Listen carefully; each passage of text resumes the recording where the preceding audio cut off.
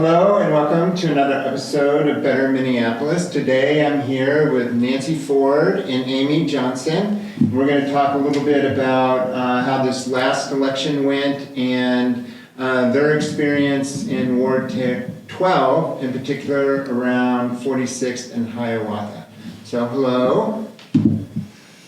Thanks for inviting me. So Nancy, you ran for city council twice, right? In 2021 and 2023? Correct. 2021 as an independent candidate against Andrew Johnson, and 2023 I sought the DFL endorsement and was, in the pack along with Reen Chowdhury and Luther Vanheim.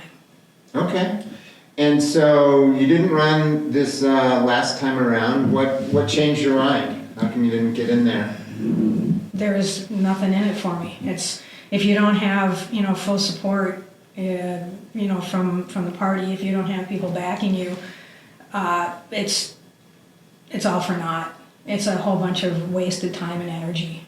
Yeah. And it wears on you, especially when you're running alone with a very small crew. There's nobody there to, insulate you from name calling, hatred, and vitriol. You're taking it, face first the whole time. Mm-hmm. And I thought it was bad the first time when, I had people calling me names, throwing food in my face, attacking my business online, and coming into my store and doing the same thing. It's like, and then I foolishly decided to do it a second time because I guess I don't learn sometimes. And, at least, the second time around, I was pretty much ignored. So I was just left alone. Wasn't invited to, some of the different events where candidates were invited.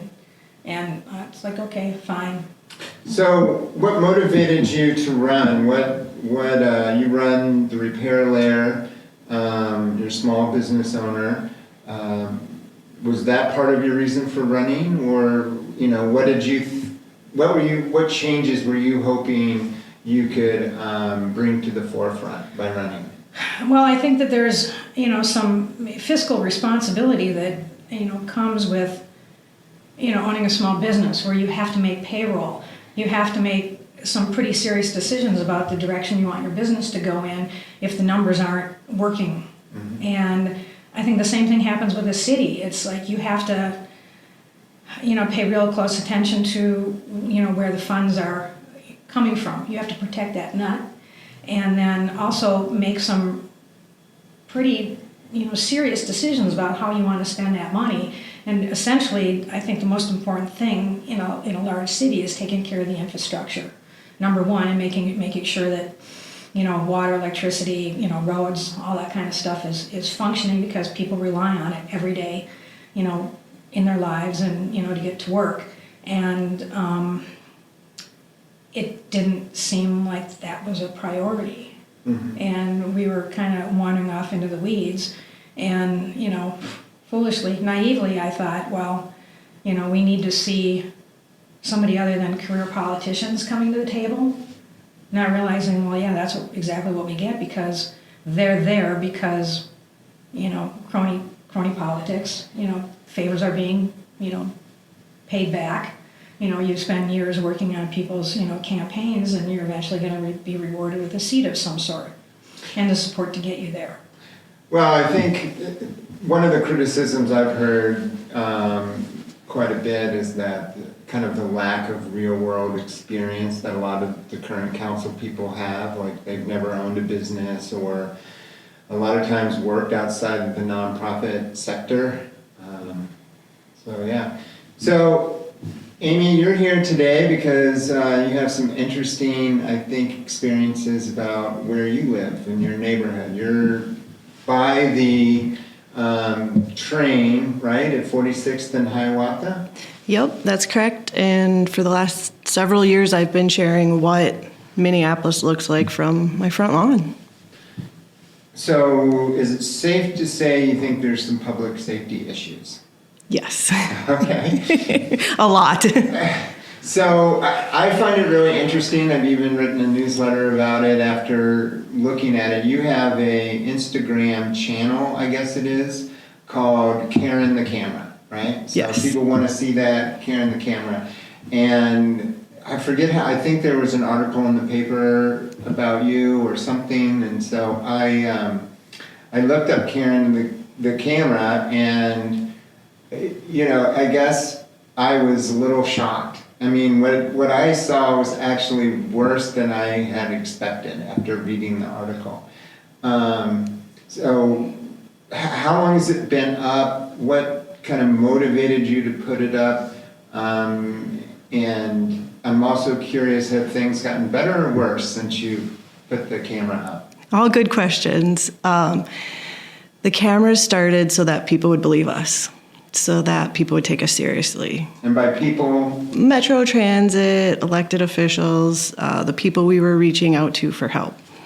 If you describe a situation and you send an email, we weren't getting responses. If we could attach a picture to that email, we might get a response. If you post it on the internet, you definitely get a response. And so to get help, we had to put up cameras and document just how bad it was. And so in particular, we're talking about, there's at 46, there's a station for the train, and then there's like a sidewalk that leads to the neighborhoods, is that right? And that's where most of the focus is? Yep, so there's a little footpath that lets daily commuters from the neighborhood get to the train. Mm-hmm. And that footpath is the front of our house. And so what sort of things are you seeing out there? Everything. Nancy laughs a little because she sees it, she just doesn't have it on camera. I see the same stuff at Active, the opposite end. active drug use all hours of the day, and nothing stopping it. And then every issue that goes with active drug use. So, And when you say drug use, this isn't just like a couple of kids smoking pot. no, Right? no. One summer we counted, and we picked up over 100 used, uncapped, discarded needles from our lawn. Another summer we counted how many times we had to clean up human feces, and that was in the 80s. I don't count anymore. We just take care of it, I guess. And are people camping on the sidewalk? Or? If no one bothers them, yes. So you just never know, like, what you'll drive without the cameras, what you'll drive up to. Now I can check the front of my house at any time of day if I need to see what's going on. But there were times where we'd pull up and there'd just be a body on the ground. Yeah. And you have so many questions. Dead like, or alive? Dead or alive? How did it get there? Did somebody beat them up? You know, like, what's going on? And so the cameras help to answer a lot of that. Well, I'm going to fill in a few details I think you're being too kind to leave out. I mean, when I've looked in on the camera, there's like people actively having sex. A whole lot of that. A lot of prostitution. They got to pay for the drugs. Oh, okay. And then, people going to the bathroom, groups of people. Sometimes it's 3 or 4, sometimes it's 1, but just exhibiting really obviously bizarre sort of drug-induced behavior that, and I think I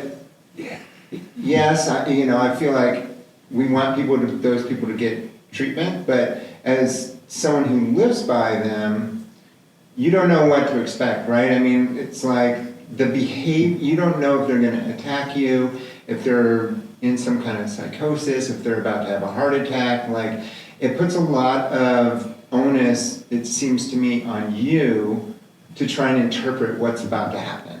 Because Yes. you don't know. You don't know. Because they could be raging 1 minute and about to fall asleep the next, right?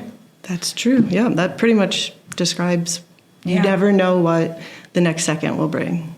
I've been chased down because I looked at somebody, the wrong way. I was, used to spend a lot of time around the intersection picking up trash. Mm-hmm. And, it's like, I guess apparently somebody wasn't completely done with that can of dust off. They were passed out unconscious in the middle of the sidewalk. Can was 20 feet away from them. I picked it up, put it in my bag, started walking across the street. They were up in a flash, screaming at me to give it back to them, and I took off across Hiawatha and took it out of the bag and threw it back into traffic. I'm like, just stay away from me. And things like that have happened to me multiple times. My husband was mowing the lawn and had a knife pulled on him for mowing the front yard. Yeah. And so I think you've both maybe tried to raise awareness about what's happening over there. You've contacted Metro Transit, is that right? What has been their reaction? Once it was documented and once we could prove it was happening, Metro Transit... So the onus is on you to document. Oh, yeah. Right? They're not going to come out there and look at it on their own? Nope. Okay. Nope. Once we could document it, once we could prove it's happening, that the individuals doing the drugs or defecating on our lawn or having sex or prostitution, whatever, was coming from the transit station, they would help a little bit. So they'd give us something little. One time, when it got so bad, they trimmed up the trees and bushes on their property and kind of coming into our cul-de-sac to take away some of the privacy that people were finding to do their drugs. And that's funny that you bring that up, because I think in one of the clips I watched, it seemed like one of the people was like clipping the flowers or like kind of just stealing stuff from around out of the flower beds. It was weird. I didn't know what they were doing. So the flower beds are ours. We put those in to have something beautiful to look at. But we had pine trees trimmed up. We've had additional lighting put in, increased lighting. It's like stadium grade. Oh yeah. Transit. Okay. Yeah. It's like daytime all day in front of our house, which is good. I'm not complaining. The lights help. We had fencing, 6-foot tall security fencing put up. We had to build a garage to secure our belongings because cars on the street got windows smashed. Anything left out in the yard got taken. So that makes me think you had a robbery too, right? You have a warehouse, or used to, on Lake Street. Give me some details about that. So, yes, my business used to be located at 33rd and East Lake Street, and I eventually just didn't want to take it anymore. The rent was too high, the property is owned by a nonprofit that wasn't really working with the tenants, and I was sick of feces in the parking lot, people sleeping back by the dumpsters. I couldn't weed the garden. I had to wear gloves when you weed the garden because you didn't know if you were going to find needles or not. People wandering in off the street. I had a lot more like casual street traffic, I suppose, when I was on Lake Street. And so, people just wandering into the store, taking whatever they wanted and saying, I want this, so I'm just going to take it, kind of thing. And a couple blocks away from there, I had a warehouse for, extra inventory. And, Labor Day, I was out running errands and I was going to do some work, and I headed over to the warehouse space and I opened up the door and I'm like, this looks messier than usual, maybe? I don't know. And then I looked down the shelf and the Ring camera was gone, and I pulled out my phone, but it was still online. Well, where the heck is it? And then I started scrolling back through the footage, and 2 guys had spent over 3 hours in there a few hours earlier, and just took a lot of stuff. And it became real clear as I'm looking through it. There's a lot of stuff missing here. I'm going to have to start inventorying what the heck's gone. And I called the police and I reported it, and a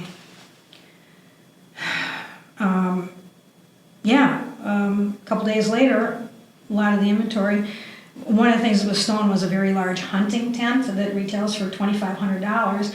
And when I initially saw the first tent go up at Sabri's camp at 28th and Lake, I was driving by it on a regular basis and documenting what I was seeing. And lo and behold, front and center was this $2,500 tent. And at least I had photos, and I was able to, recover it. The police helped me recover it. And lots of other stuff was never recovered. But since I had the ring camera footage, I posted photos of the two individuals who were in the space. And yeah, I was pretty angry and upset about it because I'm kind of fed up with the theft and all the other problems I've had to deal with as a business owner, including but not limited to people using my bathroom as a safe injection site. And yeah, I posted stuff on social media, and yeah, I did use my store accounts, and yeah, I probably did use language that wasn't the best, and I was vilified for it. I was the one who was attacked, and you know, it just wears on you after a while. Mm-hmm. And Well, I think what is frustrating is that to get any sort of attention to these crimes, that you as a small business owner, you as the homeowner, have to post things online. You have to try and promote it. You have to, you know, really make a fuss to show that you're frustrated or angry or it feels like nothing gets done. And even then, maybe nothing gets done. Well, I saw the pictures of the individuals. yeah, Okay. And day later, they rode past my house, and I text Nancy and I said, your There we go. guys just went by with the trailer full of your stuff. And I sat at 45th and Hiawatha for, heck, I don't know how many hours, waiting for the police to show up. It was the same day that there was a fatal shooting at the Midtown, transit stop. Mm-hmm. So they were busy with that. But during the hours that we were sitting there waiting for, police to show up to arrest the guy, recover some of my belongings, I was watching an attempted automobile theft in progress. I watched a couple of people walk up to a truck with screwdrivers and, coat hangers and stuff. I'm like, okay, let's call 911 about that. Within 10 minutes, a couple of county sheriffs showed up. Oh, that's good. And, so they were dealing with that, and I ran up to him and said, hey, once you're done with that, can you hook me up here? And he goes, well, what are you here for? And I'm like, that guy right there and all those duffel bags of stuff, I've already reported it. Can you help us out? So they made a couple phone calls, and they wound up arresting him, and yeah, I got some of my stuff back. Okay. But it's, That's exhausting. it is exhausting dealing with this kind of stuff. And then having to put together an inventory list, then having to show up in court, and then, your headspace changes. You're always wondering, did I remember to lock something?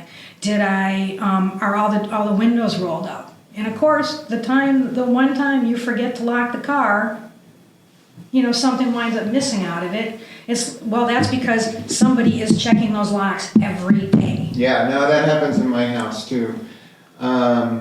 So, obviously, public safety was a big issue in this last election.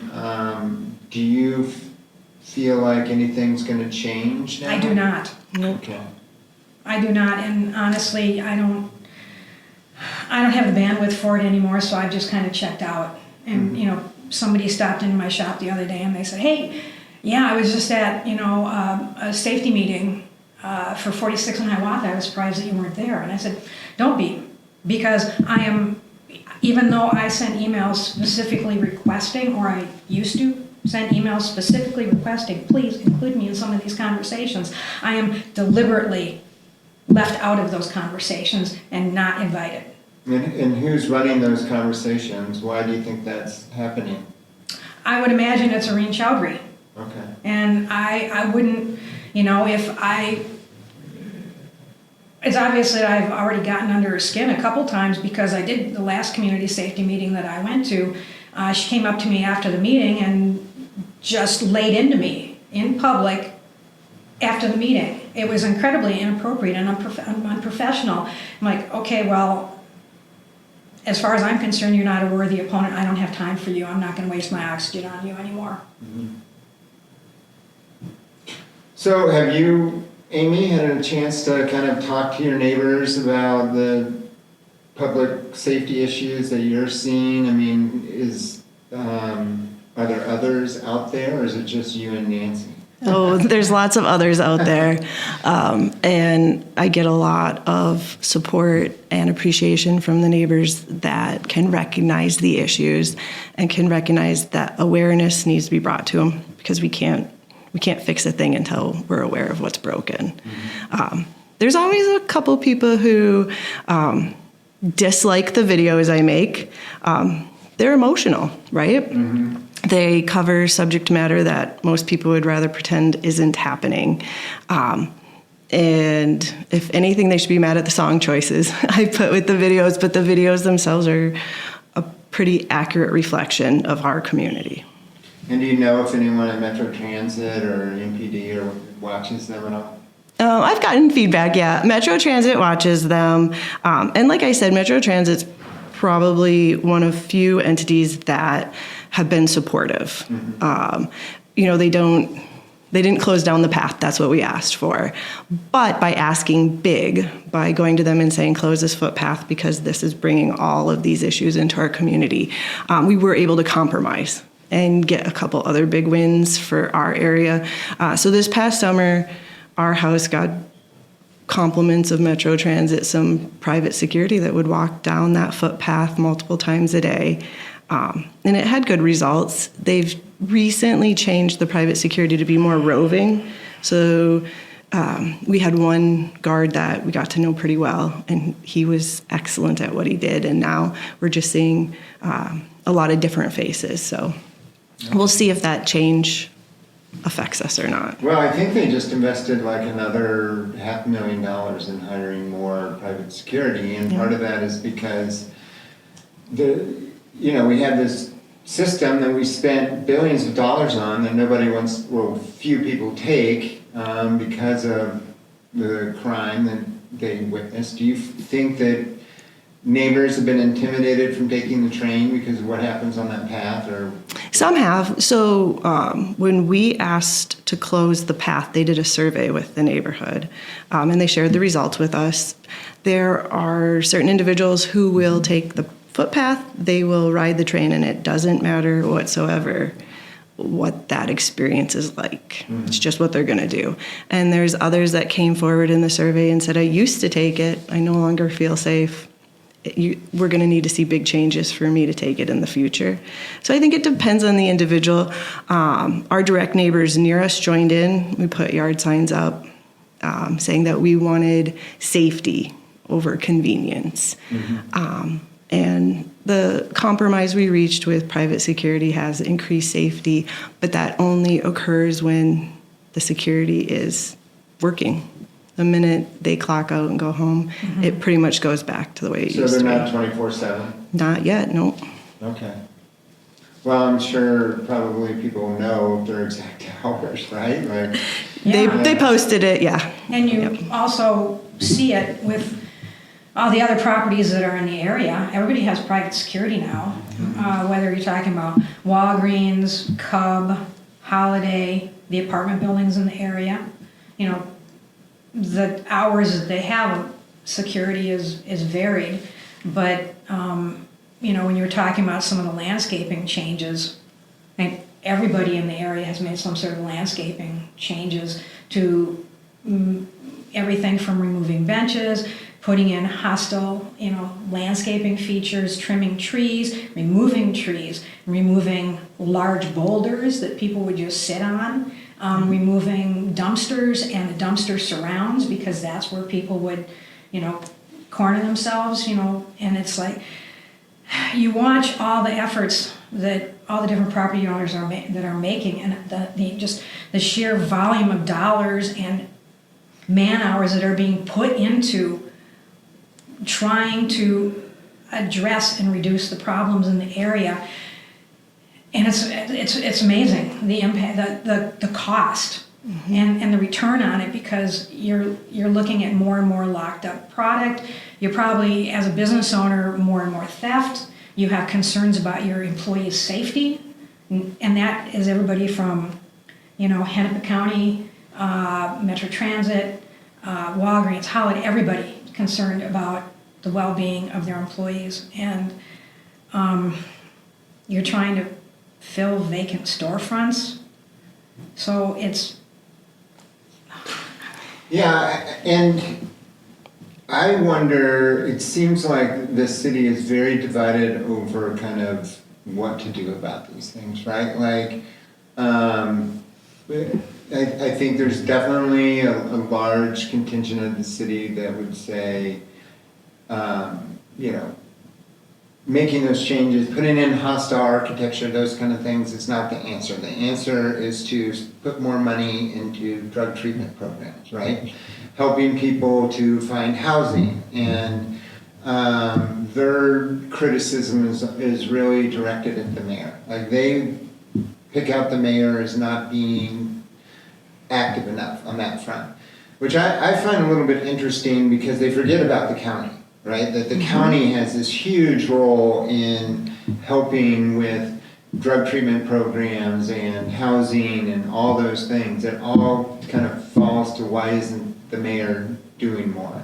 So that's like one side of the spectrum, I guess. And then another part of the electorate will be, well, the city council is hostile to the police, right? They're not.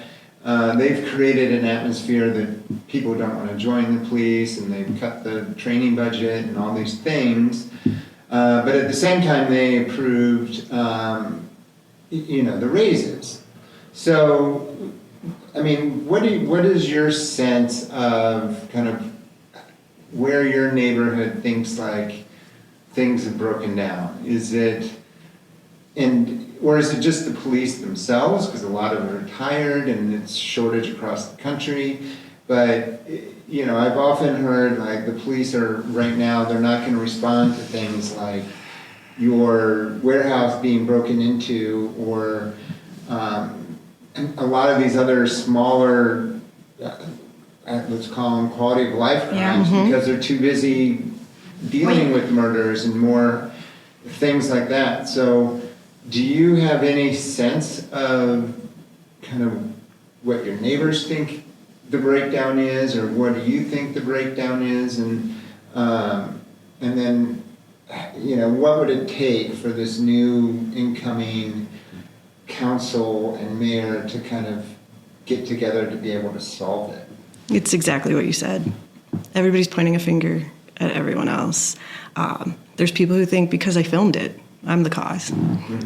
There are people who will point the finger in every direction, and no one's working together. I think if you take just the intersection and you look at what happened when we started, Nancy lived on the other end of the light rail platform, and I was on one end. And once we got together and were able to say, hey, you're on the other end, do you have this problem? She goes, oh yeah, plus fees. And then I'd go, well, you won't believe this. This is what's happening on our end. Once you start working as a team, I can say, hey, this just happened on my end. It looks like it's coming your way. And she could go, oh yeah, here it's going over here. Wait, I know the next person. So the next link in the chain. And we try, without the help of some of the city leadership, to build that network just within our intersection. Yeah, talking to, it's frustrating going to these community safety meetings and just listening to essentially lip service, promising follow-up, which there never is. But I still encourage people to go to them because the best reason for going to these is to network with your neighbors. And share information and sharing your contact information and your personal stories of what you've experienced. Because there's been so many times when it's like, okay, well, this is what's happening behind the house, and I'll be sharing text messages with other people, and photos. It's like, hey, this camp just popped up, and you start taking photos of it, and people start reporting it, then you know that a whole lot of people are being ignored instead of just a couple. And same thing with. Well, one interesting thing I've heard when I've gone to those meetings, and there's been the, what do they call? What do the police call those kind of like special neighborhood district people? They have special kind of police officers that are liaisons with the neighborhoods. Oh, the safety. Safety something. Yes, yeah. right. But they had a good point. They were like, well, if you see something or something's happening, posting on next door is not going to do anything, right? And I do feel like sometimes people rely, and I'm not saying this about your Instagram channel, but just that they rely on the social media to solve these things. And just when you were talking, I was thinking it really does make a big difference to connect physically with the neighbor or other people in the neighborhood, as opposed to just, Sometimes raging you can get next the door. grill back to them. Yeah. You can. Or bicycles. Yeah. That's, yeah. Lots of stolen things, and I tell, one of the things I post at in the spring when the weather starts getting nice is, photograph everything that's in your backyard, your patio furniture and what your grill looks like, because you need some sort of proof that when it winds up in a camp and you want to get it back, you need proof that it's yours. Because too often I've said, hey, that belongs to my next door neighbor, and it's like, well, they can't just go and take it back. They need proof that it belongs to them. So you brought up that camp a couple of times. It's the Sabri camp. It was on Lake and 28th. What do you think of how that was handled, right? I mean, there was a lawsuit. Sabri basically said he wasn't doing anything wrong. He was trying to help people. Eventually there's the mass shooting. They had to bulldoze it. A lot of people are very upset with the mayor for taking those actions. Was that the right way to go? I mean, the struggle I have is that it's like, absolutely you want these people to get treatment, but others would say these are just open air drug camps. And it's hard to know who's got all the right facts. So I'm just wondering what your experience with that camp is, or what alternatives you think should have been done if you don't agree with what was done. Well,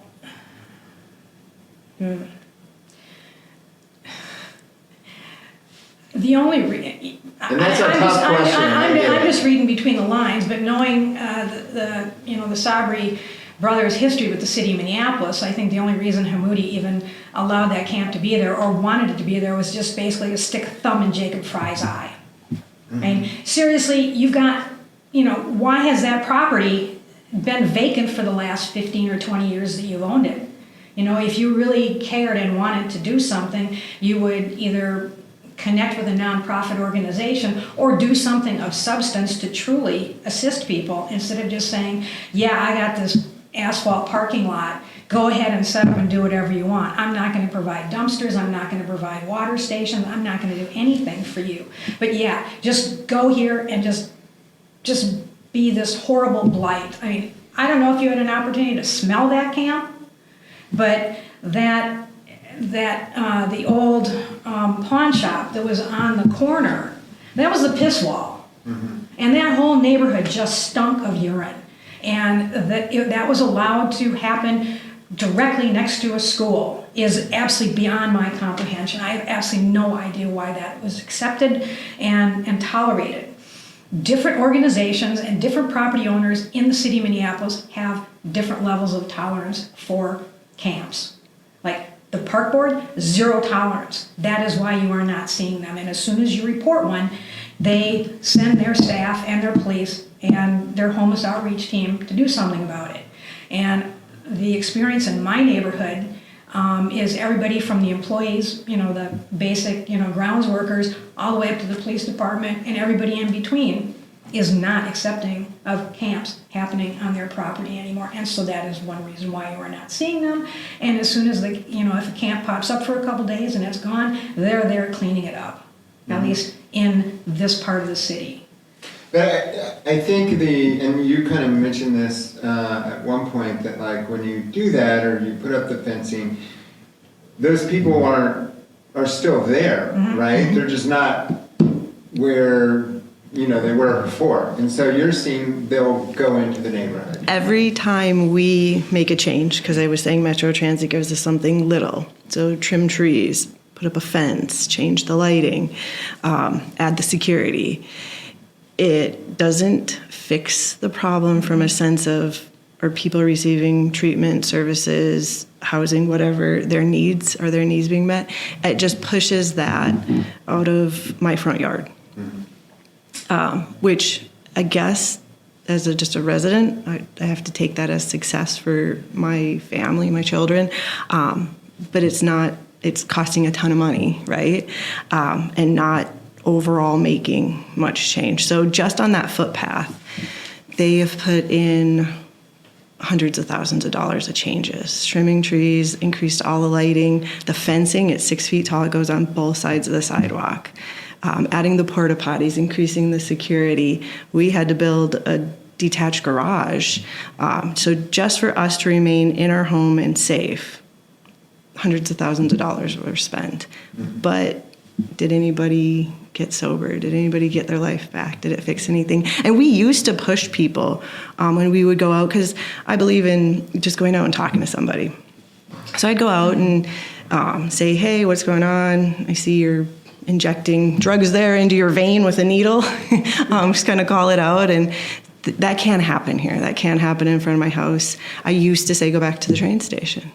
Because that's where they were coming from. I can document that with my cameras, and I can say Except that. Burger King. And now I do the same approach that Metro Transit has. I see that you're injecting drugs into your arm. You can't do that here. And they used to go back to the train station, and now they're going into the neighborhood to Burger King across the street. So it's just pushing it. You bring up a great point. Yeah, go ahead. I was going to say, the question is, how do you manage a service-resistant population? Because I physically watched Hennepin County workers sit there in a vehicle with the hatchback open. They're sitting on the back bumper with laptops talking to individuals. And I've seen that multiple times. So when I'm talking to somebody and they say, well, no, nobody's talked to me, or no, I don't know where to go. Damn well you do. Because somebody has connected with you multiple times, whether it's a city employee, a county employee, a parks employee, or one of the nonprofits. And you are still choosing to do this. And that's great. Everybody has rights, and I respect those. But all the secondary and tertiary behaviors that are going along with your drug use, you're impinging on me by doing those things. You're stealing from me, you're harassing my customers, you're pooping in my backyard, you're leaving your trash around, and you're basically just making this a very unpleasant environment. And you're allowed to continue to do that. To the extent of, there were times when I couldn't get through a particular alley because it was being blocked with bikes, and one of which was my stolen bike, and shopping carts and everything else. And while I'm waiting for you to move your stuff, somebody decided to stab my sidewall. At that point, it's like, I am done. I am just done with all of this. I don't want to be harassed anymore. I don't want to look at the ugly anymore. I need to protect my own sanity at this point and just stop looking at it and just get away from it as fast as I can. Because it's... Is this something that would make you leave Minneapolis, do you think, or what? I've left the neighborhood, and my next step is to leave Minneapolis. And it's being... Just because it's not affecting everybody doesn't mean it's not having a major impact on some neighborhoods. And looking at the financial just drain on 46th and Hiawatha through the years, all the lost revenue, all the people that are avoiding that intersection, that could be a thriving hub, because it's one of the first commercial areas that you hit when you're driving in from the airport. And people don't shop there. People go to St. Paul, people go to Richfield, people are ignoring Lake Street, they're going to St. Paul, and it's like, can you not see the problems here? It is really bad, and it's being caused by a small population of, I'm going to say once again, a service-resistant population that, as long as we continue to use language that includes the word homeless or unhoused, we are misdiagnosing the problem. And unless you start using the proper language and diagnosing it properly and calling it the drug problem that it truly is, you aren't going to be able to come up with an effective treatment for it. Yeah, and I feel like we're missing out on the whole conversation about like what is an effective treatment, right? Because there's, you know, some evidence that people will point to that, you know, you need safe needle sites and things like that. And others, like they've been experimenting this out in California, there's like drug courts and more of a managed care type approach. I mean, one of the things I would love to see is, if you've heard about the Hennepin County Homeschool, which was closed, open that back up. Is it some type of managed treatment facility, right? I mean, but it feels a little bit like there's so many different opinions on what should be done that we end up doing nothing. Yep. And that's where, you know, the county needs to be involved, and the city needs to be involved, Metro Transit, but you have like all these different organizations kind of doing their own thing, and they all have their own little different budgets. And it feels like the budget to handle this is bigger than just the city. Yeah. But the city, the county, I mean, between the two of them, that's a $5 billion budget. But obviously they spend money on a lot of things that aren't addressing this one specific issue, and yeah, maybe they need to reprioritize. I'm not sure. What were you going to say? I'm going to say that, you know, you have organizations out there that, you know, what they practice is harm reduction. Right. They're certainly not going to want to eliminate it, because then they'll be out of a job. Well, I wouldn't go that far. I mean, I don't think people are letting drug addiction continue because that's their job. Where's the line between enabling and, you know, that moves all over the place. I mean, You know, I some think of the us people who- involved in harm reduction really do believe that's the best solution. I don't think they're just doing it. I think they would rather find a different job because there was no drug addiction. I don't, you know what I mean? I think they truly believe that's the best solution. Yeah, and I remember having a conversation with somebody who stopped in my shop, and we were talking, and he was a volunteer with an organization, and he said, and I said, how come you're so involved in it? And he said, well, because I have a daughter who has had substance issues for a long time, and he said, I would feel terrible if anything happened to her. And he went on to talk about how, you know, she's been in and out of treatment. He gets her an apartment, and she, you know, she'll lose the apartment. It'll cost him thousands of dollars because the apartment is destroyed, and he keeps going through this cycle. And I'm like, maybe the best thing you can do is maybe not get her another apartment. And that's where it feels like that we don't have enough tools, right? Some sort of mandated treatment might be needed there. Like that person who's tried everything for their child, and the child continues to, you know, hurt themselves or be a danger to themselves, and like. I think we need to hear more voices from people that are in you know, active recovery and what they think. You know, in all the years of all the different people that I've worked with on the street, and I know a lot of them by name. I've given lots of them my cell phone number. They've come into the shop. I help them whenever I can, of course, with boundaries. One is celebrating a number of years of sobriety, and he has a very, very different opinion of what should be done, and, you know, what worked for him and what didn't. Everybody's path is different, and everybody's bottom is different, I suppose. But honestly, when you see and when he tells me, he said, yeah, that one summer that I had, you know, 23 emergency room visits, and almost all of them were, you know, by ambulance. I'm like, that's a lot of money. And he goes, yeah, I know.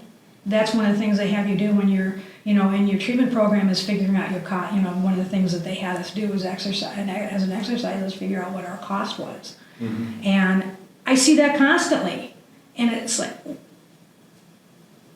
when do you say, no, you don't get to decide anymore. Because supposedly if you are a danger to your health, to yourself or to others, somebody should be intervening, and we're not doing that. Well, I mean, one of the things they're proposing too right now is to make all the bars and restaurants carry, was it Narcan? Narcan? Yeah. But, that's obviously treating the symptoms, right? And, what I was thinking about when you're talking about all those ambulance visits, yeah, that's a treatment program, right? I mean, if you tried to send someone full-time to a treatment program, it's $100,000, right? And so it's like if a family can't do that privately, then it falls to the state. So then where does that money come from? I mean, that's another issue, right? Because it's not like there's a lot of unspoken for dollars out there. And I don't know if either of you received your property tax bill. I mean, it's a lot, right? And so I think there's a lot of people out there asking right now, well, my costs are going up. Am I going to get better services? Yep. What is the city doing to address these problems that are affecting our quality of life here in the city? Are they spending our money wisely? I don't know if you have any thoughts on that, but where does the money come from if we feel like, hey, these people need some treatment, how are we going to get it to them? I mean, is it one of the things that was discussed in the Board of Estimate and Taxation was that this idea of a city-based tax, income tax, right? Do you think that has any potential? Is that something you would support? I don't know. Yeah, that's okay. Yeah. I actually liked Bernstein's idea, which was if we do it, then it would be multi-county. It wouldn't just be Hennepin. Well, It needs to be. that really needs to be discussed, because when you consider how many hundreds of different communities there are in the metro area, people are fluid. And looking at the state of our public schools and the choices that people are making, look at the decisions that people are making where they go to purchase a home. If the city of Minneapolis has priced small families, out of the possibility of raising your children here, we're not going to have kids for schools, and you're going to have kids out in the suburbs where you can buy more house for your dollar, and your schools may be better, and you also don't have to deal with, worrying about somebody masturbating behind your house and seeing your kids see it. How are the schools in your neighborhood? Do you have kids in the schools? My children attend a private school. Okay. And is that, what's kind of the motivator behind that? It's a choice? faith-based school, so Okay. faith would be the main motivator. But with that comes smaller classroom sizes. So my children are in a classroom size of 15 students versus 30 plus students. And having a shyer, my son's on the shy side, he would get lost in a classroom of 30 plus students. And so that's a choice we make. We still obviously pay our property taxes, and we're supporting the public schools. But for our family, what's the right fit for us is a private school. Yeah. I mean, it's a difficult challenge for the schools because, and this is where the quality of life crimes, like all these things play into it, is then people, and the higher property taxes, people do, especially if they have families, start looking at the suburbs and saying, oh, I'm going to stop dealing with all these city issues, and I'm not going to put my kid into crowded class. I'm going to move out to Egan or somewhere else and put them in school there, and I can buy a bigger house and kind of leave the city behind. And I think it hurts the schools, it hurts business, because then people don't come in to use the businesses. So there's this whole kind of spiral effect that I hope we start to get a handle on soon. We have a beautiful city, and I love raising my kids in the city. They attend the Parks and Rec summer program and get to go fishing, ride in a canoe, go on weekly field trips. The opportunities in what they have are fantastic. The bike paths, the lakes, everything that we have is great. But you have to take good care of the things you appreciate and the things that enhance your life. And sometimes that comes with difficult decisions about what will be tolerated, what is not beneficial to the overall community. And as my kids get older, when they were younger, I could shield them from it. You know, that individual, as Nancy put it, masturbating in your front yard, I could shield that from them. And now it's more of this is how we survive, right? So we have a little joke. Every morning we open the garage door and I say, okay, who's going to help me with the Nicole check today? Because there's a certain individual that is always lingering outside. But it's teaching my kids, hey, head on a swivel. Take a good look at what's around you, figure out if it's safe, if it's not. And so that garage door goes up on our way to school and they go, nope, Mom, I don't see Nicole today. And it's funny to us, but it is teaching them how to handle the different situations. Yeah, I mean, that's certainly, I don't think, encouraging, right? It's like, well, my kids are also learning, you know, what to do if there's an armed person in their school, you know? Yep. I mean, it's like, yeah, they're learning a skill, but I mean, I don't know if that's, you know, the skill I want them to be learning.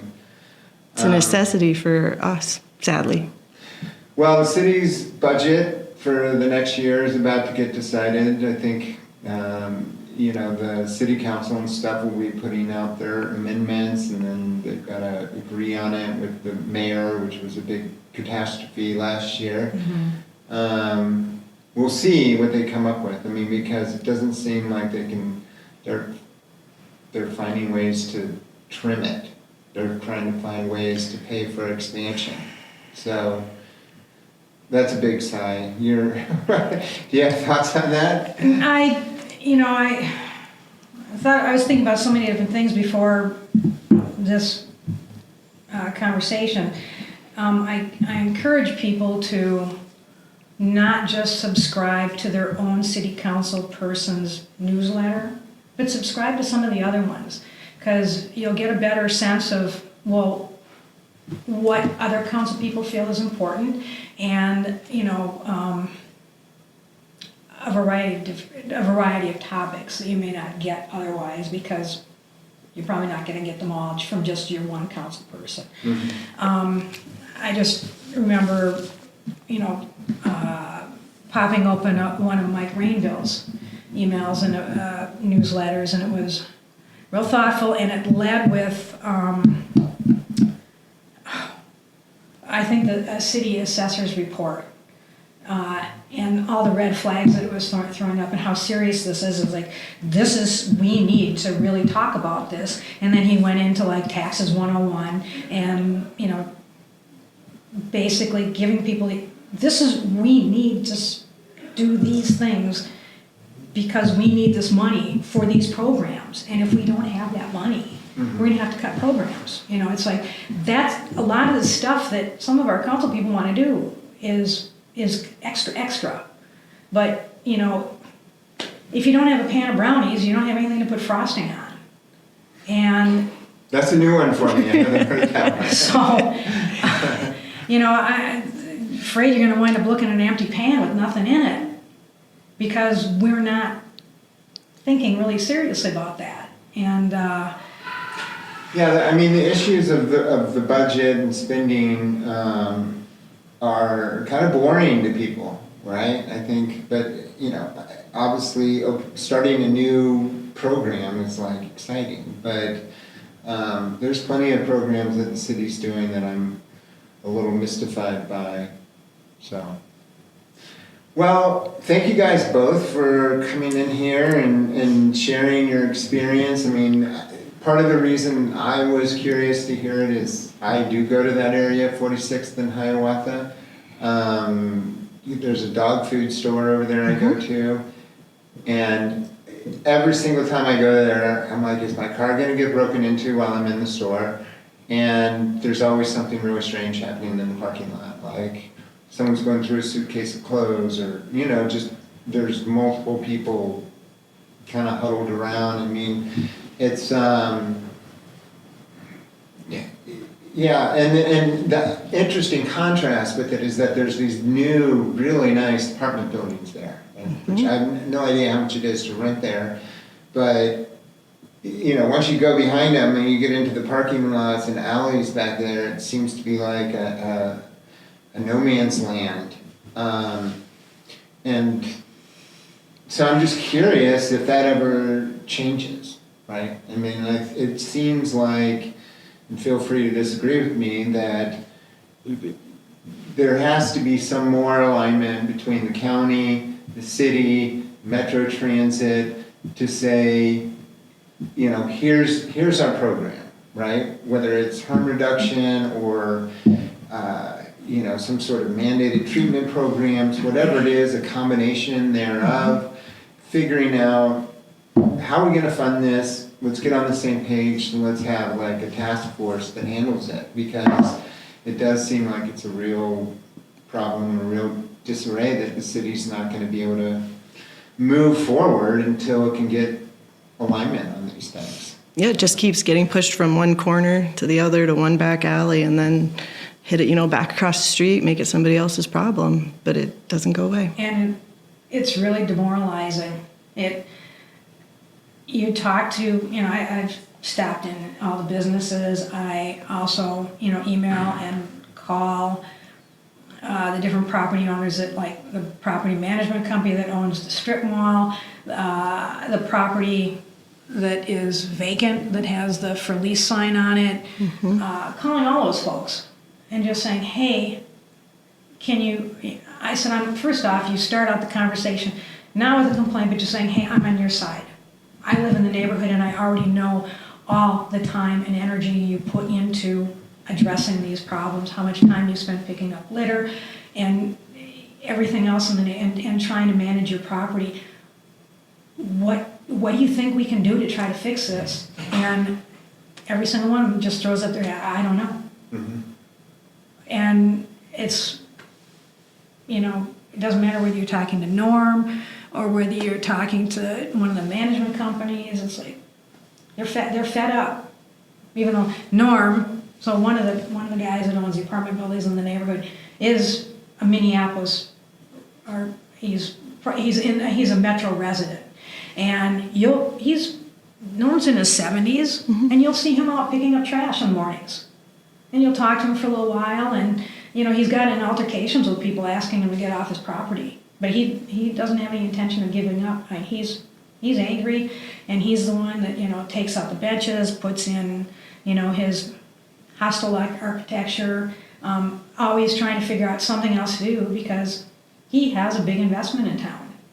He owns those buildings. It's the same thing when you talk to somebody who else was on your show that owns Mint Properties. One of the Jim? Yeah. Yeah. And we're all really, really, really committed to, we care. We care, otherwise we wouldn't be putting the time and energy in. And when an elected official looks you in the eye and says, yeah, thanks for showing up at the meeting, I know you feel like you're not heard, well, I hear you, and then they ignore you, that's the one time they talk to you, it's like, right. It's really, really demoralizing, and you wonder, what the hell else am I supposed to do about this? Well, they're pledging to get along and reset for the new year. So we'll see, I guess, if they make it through this budget amendment process without any vetoes or anything this year. And hopefully there really is a reset, and they can hear people from all the different neighborhoods that are struggling with some of these same issues. So, thank you for coming in. Thanks for having me. I appreciate it. Hope Thank you. All right. Stop.